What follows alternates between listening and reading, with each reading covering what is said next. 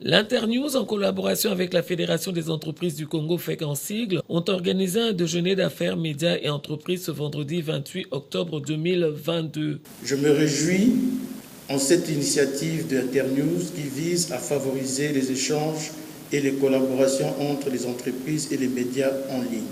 C'est ici pour moi l'occasion de rappeler que la FEC reste disposée à accompagner tous les acteurs de la communication dans le développement de leurs activités et dans la défense de leurs intérêts. L'activité a connu 2 panels d'une importance capitale pour les 2 parties, les entreprises ainsi que les médias. Le premier panel a été animé par les entreprises œuvrant à Kinshasa qui sont restées unanimes sur l'impact des médias. Et pour parler un peu comme ça de la qualité des entrepreneurs, je vais vous parler d'un exemple qui est très marquant de notre pays et qui est très marquant sur la mentalité finalement que peuvent avoir soit les journalistes, soit les entrepreneurs. Donc il y a 3 ans à peu près, je suivais un jeune qui avait une super idée, qui était de faire un groupe électrogène qui fonctionne avec de l'huile végétale. Une super idée. Il a besoin de financement, donc je mobilise toutes les personnes que je connais, je l'aide à faire un business plan, j'appelle des amis journalistes pour qu'ils fassent un interview sur ce jeune, et on arrive comme ça à faire la pub et on mobilise 30 000 $ pour le jeune. Vous savez ce qu'il a acheté avec les 30 000 $? Une Range Rover. Carrément.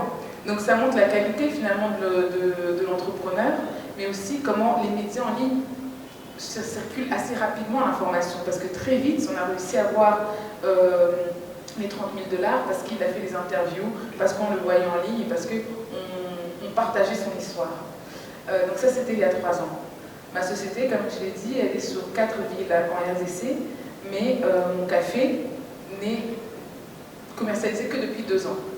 Donc en ayant vu ça, cette façon de relayer l'information, je me suis rendu compte que les médias en ligne participaient beaucoup pour une société à asseoir la notoriété.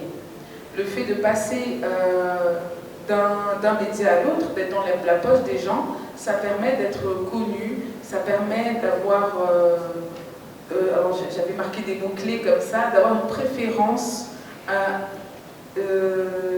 Bon, je peux dire que ma perception, elle est très bonne dans ce sens que les médias, pour nous les entreprises, peuvent être un excellent support de communication. Je pense que si je prends l'exemple de Target aujourd'hui, si on est connu, c'est essentiellement parce qu'on a beaucoup communiqué. Donc, en tant que vecteur de communication, si on arrive à bien faire le choix du média, on arrive également à élaborer un bon plan média et un bon contenu en termes de véhicules de communication. En tout cas, la perception est très bonne parce que nous travaillons avec certains médias partenaires avec lesquels nous travaillons et qui nous permettent de vulgariser les activités que nous faisons. Ça, c'est le côté positif.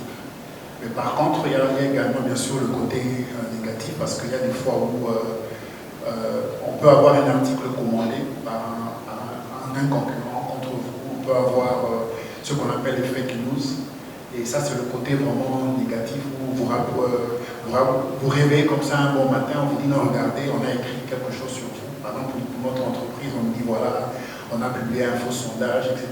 En ce moment-là, il faut voir éventuellement comment réagir.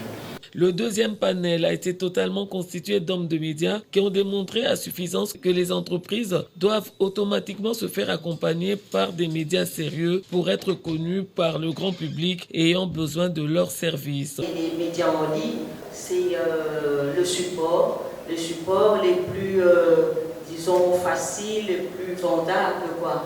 Et pour même les médias en ligne aujourd'hui, moi je vois la prospérité qui est tout le temps en ligne, on a la prospérité online, c'est-à-dire qu'on ne peut pas être aujourd'hui un média sans avoir des supports en ligne.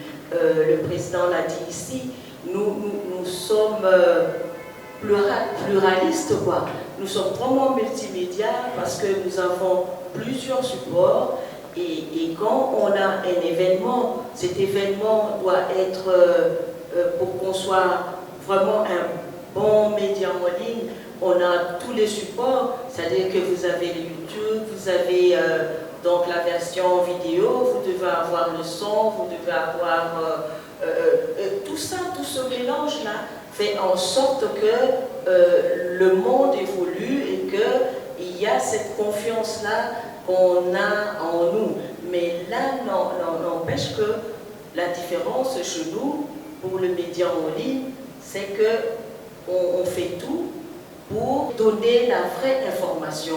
Les médias ont un problème sérieux de viabilisation économique. La plupart de nos médias sont pauvres et les médias étant pauvres, les journalistes le sont aussi. Un média pauvre, des journalistes pauvres sont un danger par rapport à la société. Donc c'est cette problématique-là que nous tentons de résoudre en créant des passerelles entre les journalistes que nous sommes, les médias que nous sommes et les hommes d'affaires que vous êtes. Donc nous apprécions vraiment votre présence ici en tant qu'homme d'affaires. Nous apprécions la présence du CESAC parce que le CESAC a un rôle important à jouer dans la viabilisation des médias. C'est lui le juge de la publicité, c'est lui le juge des contenus, c'est lui le juge de la tarification.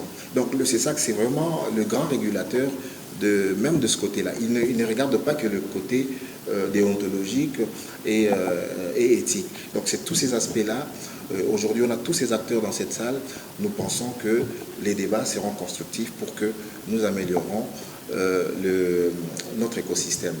L'activité s'est clôturée par un jeu de questions-réponses, mais aussi par un tirage au sort des journalistes pour accompagner gratuitement les entreprises. Car l'objectif est de promouvoir un environnement favorable aux organisations de la société civile œuvrant dans les secteurs médiatiques en RDC, ainsi que de contribuer au renforcement et à la pérennisation de l'indépendance des médias en République démocratique du Congo.